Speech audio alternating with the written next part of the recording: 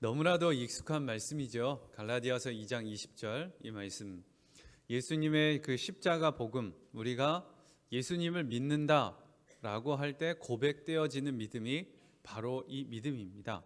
갈라디아서 2장 20절. 십자가 복음의 진수가 담겨 있는 말씀이라고 할 수 있습니다. 나는 죽고 예수로 사는, 바로 그 믿음의 고백, 사도 바울의 고백이기도 하지만 또 우리들의 고백이기도 한 말씀입니다. 저는 우리 갈렙교회 사랑하는 성도님 모두가 이 사도 바울의 고백과 같이 나는 죽고 예수로 사는 이 믿음의 고백이 여러분 모두의 고백이 되시길 주님의 이름으로 축복합니다. 제가 제자훈련을 섬길 때 한 반원 중에 이렇게 이야기를 하는 분이 있었어요. 뭐라고 그때 얘기했냐면, 저는 예수님 참 좋습니다. 그리고 예수님과 동행하는 거 너무너무 좋습니다. 근데 왜 제자훈련을 하면서 왜 나를 죄인이라고 하는 거예요? 마치 내가 죄인이 되어야 하는 것처럼 그렇게 강요하는 듯한 이야기 참 불쾌합니다. 저는 그냥 예수님과 동행하면서 잘 믿고 싶어요. 이렇게 이야기를 하시는 것이었어요. 참 그 이야기를 듣는데 하나만 알고 둘은 모르는구나, 그 생각이 들더라고요. 나도 살고 예수님도 살고 그렇게 하고 싶다는 거예요. 근데 성경에 보면 그게 불가능하다는 거예요. 우리의 마음은 나도 살고 예수님도 살고 모두가 살아서 같이 잘 믿으면 좋겠다, 그런 마음이 내 안에 있지만 그건 진짜 믿음이 될 수 없다는 거예요. 성경이 그것을 이야기하는 거예요. 그거는 모래성 쌓는 거고 그거는 내가 원하는 거지 주님이 보실 때 그건 불가능하다는 거예요. 성경에 보면 이렇게 이야기합니다. 딱 시작을 이렇게 해요. 내가 그리스도와 함께 십자가에 못 박혔나니. 죽음부터 고백하는 거예요. 나 예수님과 함께 십자가에서 죽었어. 나는 죽은 자야. 이거부터 고백이 시작되는 거예요. 예수님과 십자가에서 죽었다는 거예요. 이 이야기는요, 다시 말하면 내가 죽어야만 예수님이 살 수 있다는 거예요. 나도 살고 예수님도 살고 그건 내가 원하는 것뿐이지 그건 불가능한 일이라는 거예요. 될 수가 없다는 겁니다. 그 이야기는 또 우리가 말씀을 볼 때 어떻게 이야기할 수 있냐면, 믿음의 길을 걸어가는데 가장 큰 장애물, 걸림돌이 무엇인지를 이야기해 주는 겁니다. 주님을 믿는데, 믿음의 길로 걸어가는데 가장 큰 장애물, 장벽이 뭐냐? 나라는 거예요. 내가 믿음의 길을 꽉 막고 있는 가장 큰 장벽이라는 거예요. 마귀의 영적인 방해도, 세상의 미혹도 큰 어려움이지만 이것보다 더 큰 걸림돌이 뭐냐? 나라고 하는 거예요. 나, 내 자아, 내 생각, 내 고집, 내 성질, 이게 오히려 믿음의 길을 꽉 막아버린다는 것입니다. 영국의 구세군의 어머니라고 불리는 부스 부인이 이런 말을 했어요. 뭐라고 했냐면, 교회의 가장 큰 저주는 체면이다. 왜 그렇게 얘기를 했냐면, 상류 계급의 많은 그리스도인들은 실로 체면 때문에 회개할 것을 회개하지 못하기 때문입니다. 그래서 망치는 일이 얼마나 많은지 모릅니다. 드러나는 것을 두려워하여 회개하지 않는 이들이 있습니다. 그래서 죽습니다. 여러분은 어떠신가요? 주님 앞에 회개해야 될 거 있고 주님 앞에 고백해야 될 것이 있음에도 불구하고 체면 때문에 아이고 그거 나 부끄럽게 그런 거 어떻게, 아이고 이거 내가 아이고 다음에 할란다, 혹시 그런 생각은 없으시냐 말입니다. 그런 체면, 나를 생각하는 그런 것 때문에 정작 주님 앞에 꺼내 놓아야 할 거, 회개해야 할 거 다 뒤로 미루고 있지는 않느냐 말입니다. 근데 그것 때문에 죽는다는 거예요. 주님이 주신 영원한 생명 얻지 못하고 그냥 다 나가 떨어지게 된다는 거예요. 그런 내 자아, 내 생각, 이런 것들이 주님께로 나아가지 못하게 막게 되는 거죠. 나를 생각하는 마음이 앞서면 예수님이 주인 되실 수 없다는 거예요. 이것을 우리가 꼭 명심하고 붙들어야 합니다. 이 자리에 계신 모든 분들은요, 이 믿음 위에 다 서 있습니다. 여러분도요, 나는 죽고 예수로 사는 믿음 위에 다 서 계세요. 아니 어떻게 그러지요? 이거 하나 보면 압니다. 여러분 다 세례 받으셨지요? 기억이 가물가물하십니까? 세례 받으셨지요? 세례를 받았다는 건요, 나는 죽고 예수로 사는 믿음의 고백을 하신 거예요. 지금 우리는 교회에서 세례를 할 때 좀 약식으로 물을 떠서 머리에 이렇게 얹지만 그거는 교회사가 발전해 오면서 달라진 방법이고, 진짜 세례는 침례입니다. 많은 물 속에 침례자와 함께 물 속에 들어가서 물 뒤로 쑥 들어가요. 물 속에 사람이 쑥 들어가면 어떻게 될까요? 죽지요? 죽었다는 고백입니다. 물 속에 쑥 들어갔을 때 나로 살아왔었던 그거는 이제 죽었다는 거예요. 그걸 선포하는 거예요. 그리고 집례하시는 목사님이 다시 확 일으키시죠. 그거는 살았다는 거예요. 예수님이 살려주셨다는 거예요. 그 세례를 받았다는 건 주님 안에서 나는 죽었고 주님이 주신 생명으로 살았습니다. 이 믿음의 고백을 하는 겁니다. 지금 이 자리에 계신 모든 분들, 세례를 받으신 모든 분들은 그 믿음의 고백을 하셨기에 예수님의 사람이 되셨고 믿음의 길을 가고 계시는 거예요. 이미 이것은요, 이제 내가 그렇게 살아야지, 그게 아니고요. 이미 그렇게 된 거예요. 이루어진 거예요. 근데 그것을 잊어버리고 살아가고 있는 거예요. 그래서 내가 정말 주님과 죽은 자인지, 내가 예수님의 생명으로 살고 있는 건지 가물가물하면서 그냥 잊어버린 채 사는 거지, 진짜는 이미 예수님께서 이루어 주셨다는 거예요. 그러니 우리가 할 일은 그것을 믿음으로 붙잡고 주님 앞에 서는 거예요. 나 죽은 자야, 예수님과 함께 죽은 자야, 그걸 믿음으로 고백하는 거예요. 자, 그러면 한번 생각해 보십시오. 죽은 사람은 어떻습니까? 말이 있어요? 말이 없습니다. 혈기 있어요? 없지요. 성질 있어요? 없지요. 분노 있어요? 없어요. 아무런 반응 없습니다. 우리가 그런 자라는 거예요. 그런 자라는 거예요. 이미 그렇게 이루셨다는 거예요. 십자가에서 죽은 자의 모습이 바로 이렇다는 거예요. 혈기 부리지 않고 나쁜 말 하지 않고 주님이 주시는 마음만 품고 살아가는 사람, 내가 사는 거 아니요, 내 안에 계신 주님께서 사신다, 이걸 고백하며 살아가는 거예요. 그러면 내 안에 사시는 그 예수님은 누구십니까? 오늘 성경에 보니까 나를 사랑하셔서 나를 위해 자기 자신을 버리신 하나님의 아들이시다. 하나님의 아들이 우리를 사랑해서, 아니 나를 사랑해서 나를 위해 그 생명을 버리셨다는 거예요. 하나님의 아들이 여러분을 위해서 생명을 버리셨다는 거예요. 그 엄청난 사랑을 여러분이 받았고 제가 받았어요. 그리고 그 사랑 때문에 이제는 내가 죽었음을 선포하고 고백하며 살아가는 거예요. 이게 믿음이라는 거예요. 그 엄청난 사랑을 받았는데 여러분 이제 무엇 붙들고 사시겠습니까? 여전히 내 체면, 내 혈기, 내 성질, 내 경험, 내 고집, 그거 붙들고 사시겠습니까? 아니면 저 하나님의 아들이 나를 사랑해서 이 땅에 오셔서 생명까지 내어주신 그 은혜, 그 기쁨 붙들고 사시겠습니까? 이것을 오늘 우리에게 말씀해주고 있는 겁니다.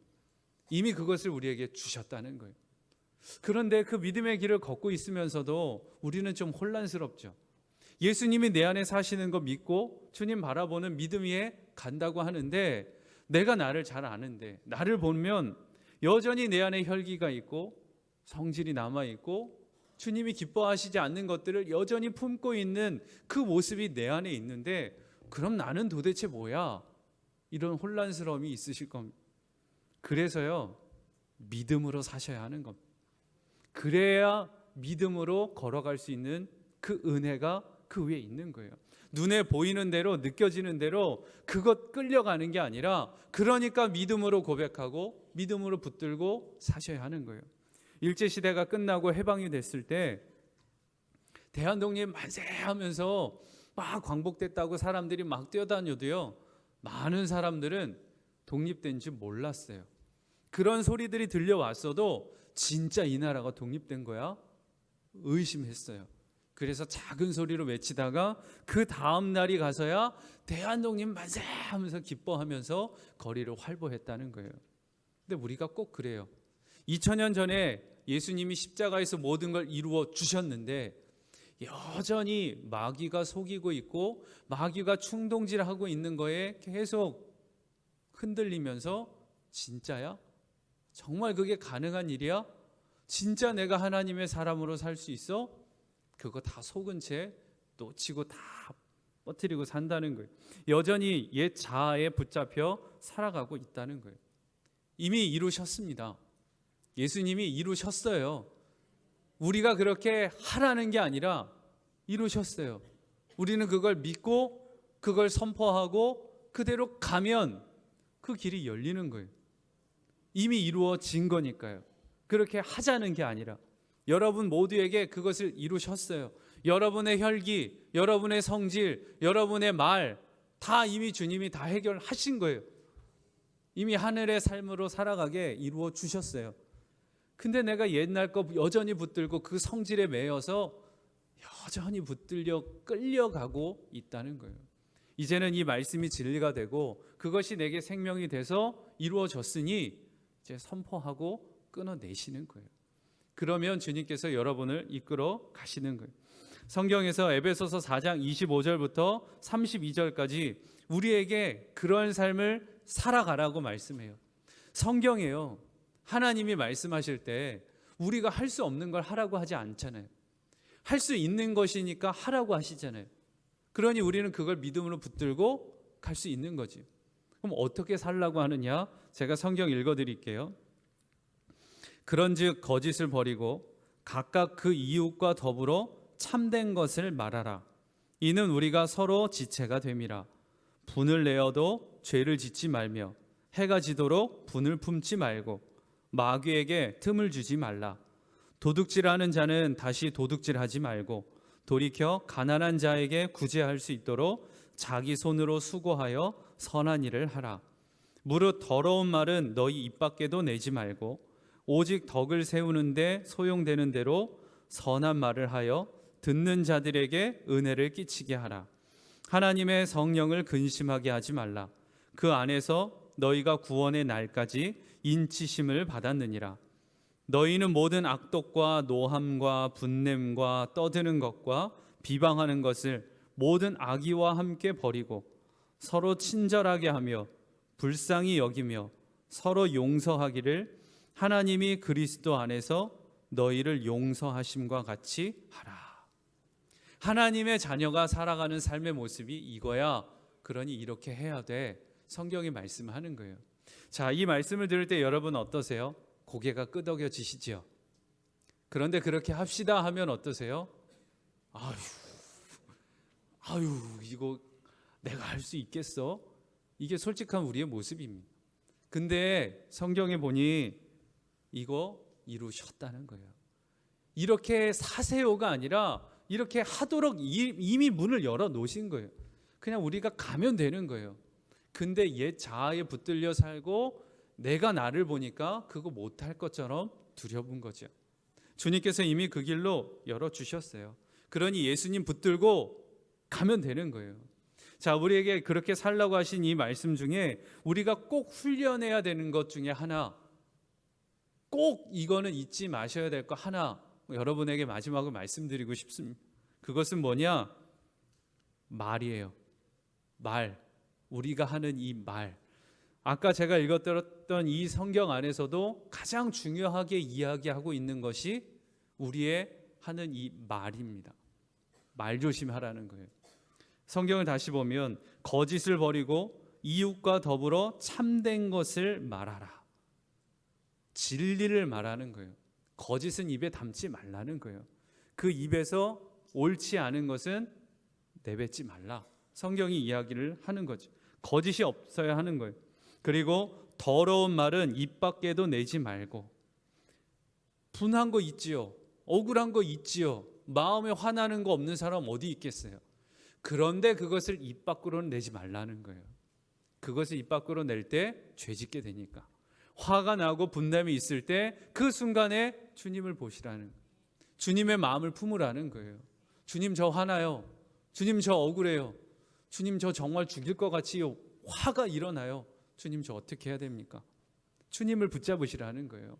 화난다고 해서 그 화나는 거 다 입 밖으로 내고, 분노가 일어난다고 해서 분노의 소리 입 밖으로 내는 거 아니라는 거예요. 그건 옛 자아의 모습이고, 그런 화가 일어날 때 그것을 끊어낼 수 있도록 주님의 은혜를 주셨다는 거예요. 그러니 주님을 붙잡으시는 거죠. 선한 말을 하여 듣는 자들에게 은혜를 끼치게 하라. 우리가 하는 이 말에는요, 영향력이 있습니다. 악한 말을 하면 그 주변이 악한 분위기가 돼요. 선한 말을 하면요, 힘든 자가 그 선한 말을 듣고 힘을 얻어요. 어떤 말을 하느냐에 따라 부정적이 될 수도 있고 긍정적이 될 수도 있고, 어떤 말을 하느냐에 따라 마음이 무너지는 자가 있고 마음이 일어나는 자가 있습니다. 그럴 때 성경은 우리에게 선한 말을 하고 은혜를 끼치는 말을 해라, 그렇게 이야기를 하는 거예요. 말 조심해야 됩니다. 예수님과 동행하는 사람, 나는 죽고 예수로 사는 사람의 가장 큰 변화, 열매 중에 하나가 이 말이라는 거예요. 내 성질대로 말하는 게 아니라 주님의 성품대로 말하고, 내 생각대로 말하는 게 아니라 예수님이 하라고 하는 말을 하는 거죠. 그렇게 예수님의 열매를 맺는 거예요. 지난 이 자리에서 전도인의 밤이 있었어요. 그때 유기성 목사님 말씀을 하셨는데 참 마음에 남는 짧은 한마디의 이야기를 하셨는데, 뭐라고 하셨냐면, 전도지는 다른 것이 아니라 우리의 얼굴이 전도자입니다, 그렇게 이야기를 하시는 거였어요. 무릎을 탁 치면서 그 말이 맞다, 그 생각이 들었어요. 전도하러 나갔을 때 전도지는 열심히 나눠주지만 얼굴은 인상을 확 쓰고 봐도 만약에 이러고 전도를 하고 있다면 그게 전도일까요? 전도의 문을 막고 있는 거죠. 근데 전도지를 나눠주면서 다른 거 하지 않고 방긋방긋 웃으면서 정말 그 마음에 기쁨이 있는 것을 보여주며 전도를 한다면 그 얼굴이 전도자인 거죠. 맞다, 그 말이 맞다, 그렇게 생각이 들면서 이 말씀을 묵상할 때 우리가 주님의 열매를 보여주는 증거는 다른 거 아니다, 우리의 얼굴이고 우리의 말이다, 이게 붙잡혀졌어요. 저는요, 목사입니다. 제가 앞에서 이렇게 말씀을 전하는 거 잘해야 되지만 진짜 중요한 건요, 저는 목사다워야 합니다. 그래야 진짜 하나님의 종인 거죠. 여러분은 그리스도의 종입니다. 하나님의 사람이고 하늘의 뜻 가운데 택함을 받은 그리스도인입니다. 그러면 여러분은 어떠셔야겠습니까? 그리스도인다워야 합니다. 그리스도인답다는 건 어떤 것일까요? 달라야 합니다. 세상과 달라야 합니다. 어떤 게 달라야 되느냐? 말이 다릅니다. 여러분의 얼굴이 다릅니다. 여러분의 삶이 달라야 하는 거예요. 그래야 진짜인 거죠. 입으로는 나 그리스도인이야, 나 믿는 자야. 그런데 삶은 똑같다면, 세상과 똑같다면 죄송하지만 그 사람은 가짜입니다. 진짜가 아닙니다. 그 믿음 점검하셔야 됩니다. 살아있는 믿음을 품고 있으면 그 입이 바뀌고 얼굴이 바뀌고 삶이 바뀔 수밖에 없어요. 사랑받고 있는 사람은요, 감출 수 없기 때문에요. 진짜 사랑이 내 안에 있으면, 그 사랑이 움틀거려서 내 삶을 이끌어가고 있다면 얼굴에는 미소가 나타날 수밖에 없고, 그 입술에는 고난과 힘겨움 속에서도 감사가 나타날 수밖에 없고, 그러한 삶의 모습을 통해 무너지고 힘든 사람이 힘을 얻고 하나님의 얼굴을 보고 주의 길을 걸어갈 수밖에 없는 것이죠. 여러분의 얼굴에서, 여러분의 말에서 주님의 놀라운 은혜가, 그리스도의 향기가 흘러나오게 되시길 축복합니다. 그래서 빌립보서 1장 27절에 이렇게 말합니다. 오직 너희는 그리스도의 복음에 합당하게 생활하라. 그리스도의 복음에 합당한 자, 나는 죽고 예수로 사는 그 믿음의 고백을 통해 주님의 놀라운 영광이 여러분 모두에게 다 증거되시길 주님의 이름으로 축복합니다.